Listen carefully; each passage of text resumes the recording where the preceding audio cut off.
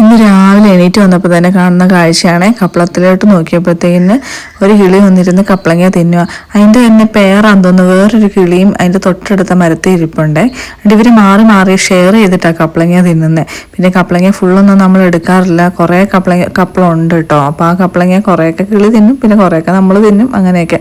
ഇന്ന് എന്നിട്ട് രാവിലെ ബ്രേക്ക്ഫാസ്റ്റിന് ചപ്പാത്തിയും കറിയും ഉണ്ടാക്കുന്നതിന് വേണ്ടി ഞാൻ മുളകും കറിവേപ്പിലയൊക്കെ പറമ്പിൽ തന്നെ പോയി എടുക്കുകയാണെ. വീട് ഇടുക്കിയില്ല, അത് കാരണം തന്നെ നമുക്ക് പെരയ്ക്ക് ചുറ്റും നമുക്ക് കഴിക്കാൻ ആവശ്യമായിട്ടുള്ള സാധനങ്ങളൊക്കെ തന്നെ കൃഷി ചെയ്യുന്നുണ്ട്. ഇന്ന് രാവിലെ ചപ്പാത്തിയും കറിയാണ് ഉണ്ടാക്കുന്നത്. കൊച്ചിന് എല്ലാ ദിവസവും ചപ്പാത്തി കൊടുത്താലും അവന് ഇഷ്ടമാണ് കേട്ടോ. അവന് ഭയങ്കര ഇഷ്ടമാണ് ചപ്പാത്തി.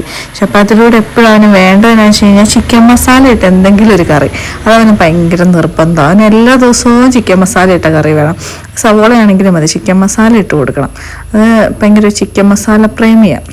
പിന്നെ ചിക്കൻ കറി ആണെങ്കിലും ഇഷ്ടമാണ്, പക്ഷേ ചിക്കൻ കറിയുടെയൊക്കെ ചാറ് മാത്രമേ കഴിക്കത്തുള്ളൂ. അതിനെക്കാളും തന്നെ കിഴങ്ങിട്ട് കൊടുക്കുന്നതാണല്ലോ എന്ന് ഓർത്തിട്ട് എന്നൊരു തട്ടിക്കൂട്ടൊരു കിഴങ്ങ് കറി. അത് കഴിഞ്ഞപ്പോഴത്തേനാണെങ്കിൽ പറമ്പിലാണെങ്കിലേ ഏലത്തിന് ചവറ് വെട്ടാൻ വേണ്ടി ചേട്ടൻ വന്നിട്ടുണ്ടായിരുന്നേ.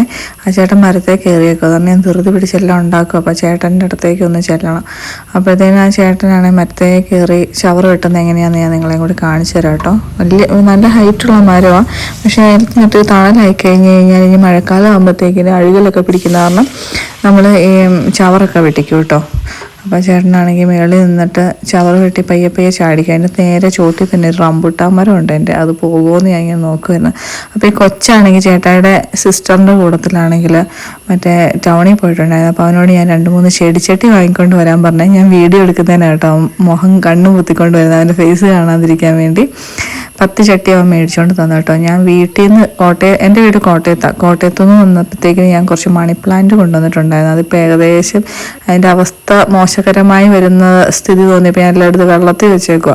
അപ്പോൾ ഇനി നാളെ ആകുമ്പോഴത്തേക്കിന് എടുത്തിട്ട് ആ ചട്ടിക്കൊക്കെ ഹോളൊക്കെ ഇട്ടിട്ട് ഈ മണി പ്ലാന്റൊക്കെ എനിക്കൊന്ന് വെക്കണം. എനിക്ക് മണി പ്ലാന്റ് ഭയങ്കര ഇഷ്ടമാണ്, പക്ഷെ എനിക്കത് പിടിച്ച് കിട്ടാം. അപ്പോൾ അത്രയേ ഉള്ളൂ. Thank you.